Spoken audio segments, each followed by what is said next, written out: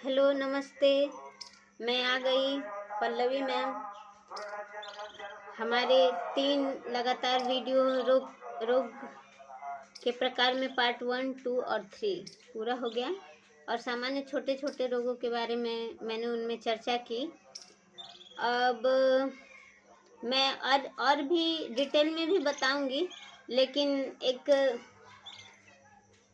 हमारे भारतीय समाज में एक कहावत है कि जैसे जब किसी काम को शुरू करो तो छोटे लेवल पे शुरू करके उसको धीरे धीरे बढ़ाने की कोशिश करनी चाहिए। एक कहा जाता है ना कि बैल के सीधे खेत ना जोतवाओ जाला, पहले ओकरा के कन्हावल जाला।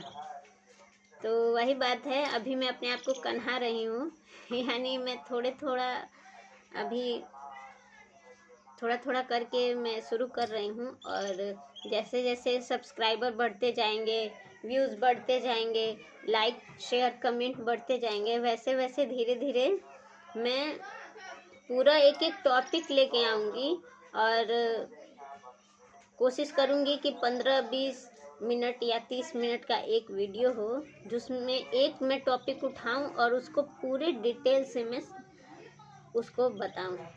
ऐसी मेरी योजना है। अब देखना है कि आप लोग कितना सहयोग करते हैं, ये तो आप लोग के सहयोग के ऊपर निर्भर करता है। तो जैसा कि आप लोग जान रहे हैं, बिहार में बड़े लेवल पे भर्तियां हो रही हैं। तो पहला और सेकंड फेज का पहला फेज की भर्ती पूरी हो गई, दूसरी फेज की चल रही है और अभी सुनने में आ रहा है कि जल्दी ही तीसरी फेज की बिहार की भर्ती आने वाली है। तो उसमें तो यहाँ पे मैं चर्चा करूँगी थोड़ी सी बिहार की वो 13 चीजें जिनको जीआई टैग मिला हुआ है। जीआई टैग होता है जियोग्राफिकल इंडिकेशन, यानी जिस भी उत्पाद को जीआई टैग मिल जाता है वो उस स्थान विशेष के विशेष उत्पाद होते हैं, यानी वो दुनिया में और कहीं या किसी अन्य स्थान पे नहीं पाए जाते हैं, वो खास तौर से उसी स्थान विशेष पे पाए जाते हैं, उनको जीआई टैग दिया जाता है।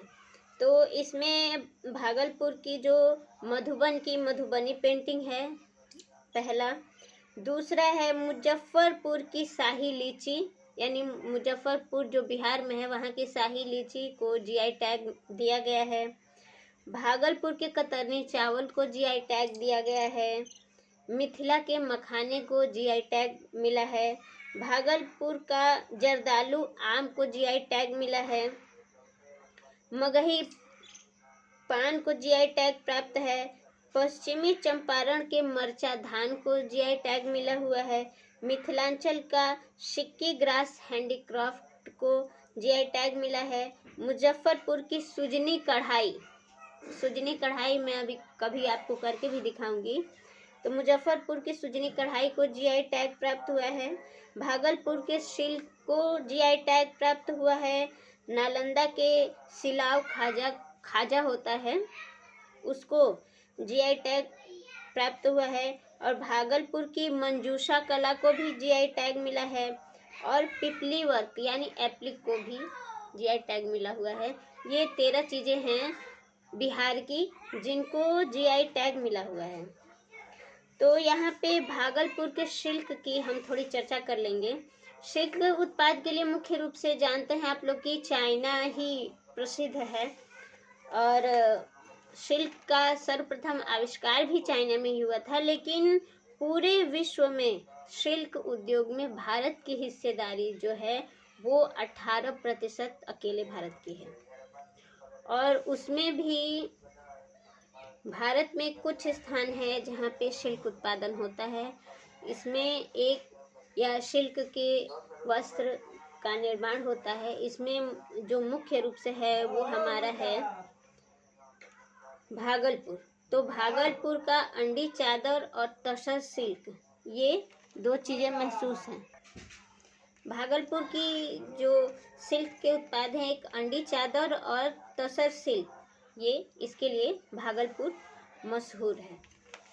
भागलपुर का जो सिल्क उद्योग है लगभग 1000 करोड़ रुपए का ये कारोबार ये करता है। उसके बाद अब ऐसा नहीं है कि भारत में सिर्फ भागलपुर में ही शिल्प उद्योग का काम है। तमिलनाडु के कांचीपुरम में, महाराष्ट्र के औरंगाबाद में और आंध्र प्रदेश के पोचमपल्ली में भी रेशम उद्योग का कार्य भारी मात्रा में होता है। साड़ियाँ, सूट के कपड़े, बैग, जूतियाँ, ये जो चूड़ियाँ, चूड़ी पे जो वर्क होता है रेशम का, ये सब भी होता है। तो कांचीपुरम के बारे में एक लोक कथा प्रसिद्ध है कि कांचीपुरम के रेशम का जो संबंध है ऋषि मरकंडा से है, जो कि देवताओं के बुनकर थे। देवताओं के बुनकर माना जाता है ऋषि मरकंडा को, और कहा जाता है कि जो ऋषि मरकंडा थे वो देवताओं के लिए कमल के रेशों से वस्त्र बुनते थे। लेकिन इस समय तो वहाँ पे शहतूत के रेशम की डोरियों से वस्त्र निर्माण होते हैं, और कांचीपुरम रेशम जो है वो पूरी दुनिया में अब धीरे धीरे अपनी पहचान बना रहा है। उसी तरह औरंगाबाद की जो पैठणी साड़ियाँ हैं ये भी पूरी तरह से प्रसिद्ध हैं, आप लोग जानते होंगे। पोचमपल्ली आंध्र प्रदेश में है। यहाँ भी जो रेशम है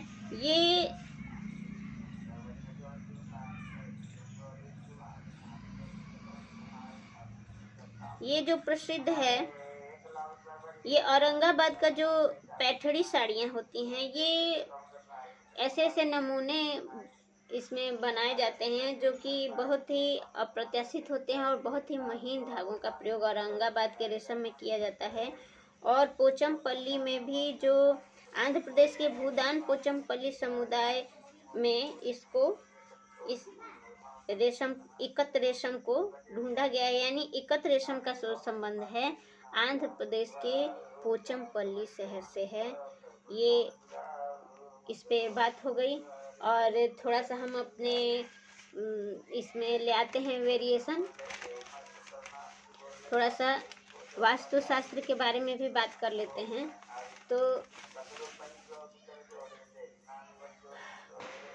वास्तुशास्त्र के बारे में जैसे कि हम लोग जानते हैं कि मुख्य रूप से दिशाएं हम 4 जानते हैं, उत्तर, दक्षिण, पूर्व और पश्चिम।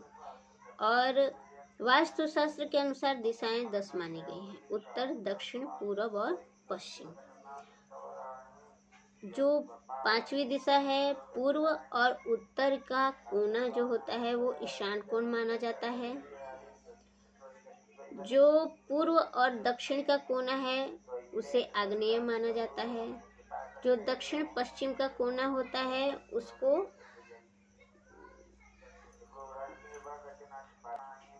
दक्षिण पश्चिम के कोने को नैऋत्य कोण माना जाता है, और उत्तर और पश्चिम के कोने को वायव्य कोण माना जाता है। एक आकाश और एक धरती।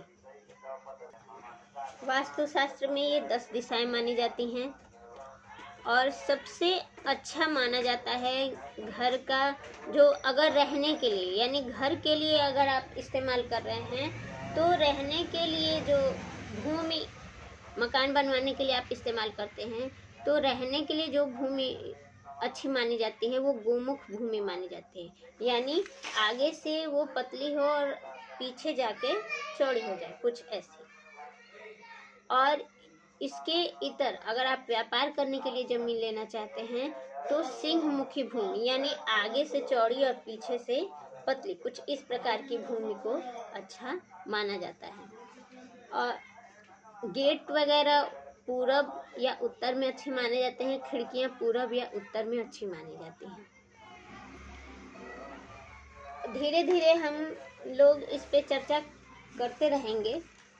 तो आज जो मैं चर्चा कर रही हूँ कि घरों में जो फर्नीचर हैं हमें किस तरीके के यूज़ करने चाहिए, और हमें भारी फर्नीचर कहाँ रखना चाहिए। तो सबसे बड़ी बात तो ये है कि अगर आप फर्नीचर ले रहे हैं तो आपको कोशिश करनी चाहिए कि आप लकड़ी के ही फर्नीचर यूज़ करें, बजाय लोहे या स्टील या अन्य कोई मॉड्यूल आप ले रहे हैं उससे सबसे अच्छा होता है कि आप लकड़ी का फर्नीचर यूज़ करें। और जो भी भारी फर्नीचर हो उन्हें आप कोशिश करें कि आप कमरे के या घर के नैऋत्य कोण में उसको रखें। साथ ही ये ध्यान रखना चाहिए कि जो भी आप घर में फर्नीचर इस्तेमाल करते हैं उसका हफ्ते में एक बार अच्छे से साफ सफाई करें और पॉलिश कर सकते हैं, महीने में पॉलिश कर लीजिए। उसके जोड़ों में अगर आप तेल वगैरह डालना चाहते हैं तो डालिए, या अगर आप साफ सफाई करते वक्त फर्नीचर को इधर से उधर खिसका रहे हैं तो खिसकाते वक्त फर्नीचर में से कर्कश ध्वनि नहीं होनी चाहिए। इस बात का ध्यान रखना चाहिए। कोशिश करें कि उठा के एक जगह से दूसरी जगह रखिए। फर्नीचर हमेशा कोशिश करना चाहिए कि या तो वर्गाकार हो यानी चौकोर हो या आयताकार हो। गोल फर्नीचर को इस्तेमाल करने से बचना चाहिए। ऐसे ही छोटे छोटे टिप्स मैं कभी कभी आप लोगों को शेयर करूँगी। तो यही आप लोगों से फिर से मेरी गुजारिश है कि आप लोग मेरे सब्सक्राइबर बढ़ाइए, लाइक शेयर कमेंट बढ़ाइए, और मैं कोशिश करूँगी कि कुछ जानकारी वाली बातें, कुछ रोचक बातें, कुछ दैनिक जीवन की बातें मैं लेके आऊँ। और मैं ये चाह रही हूँ कि अगर आप लोग सहयोग करेंगे, मेरा मनोबल बढ़ेगा, तो मैं वाइट बोर्ड वगैरह लेके या स्मार्ट बोर्ड वगैरह लेके उस पर भी मैं अच्छे से किसी भी टॉपिक को क्लियर करने का कोशिश करूँगी। अभी तो मैं बस ऐसे ही थोड़ा बहुत कर रही हूँ, आगे आप लोग के सहयोग पे निर्भर है। धन्यवाद।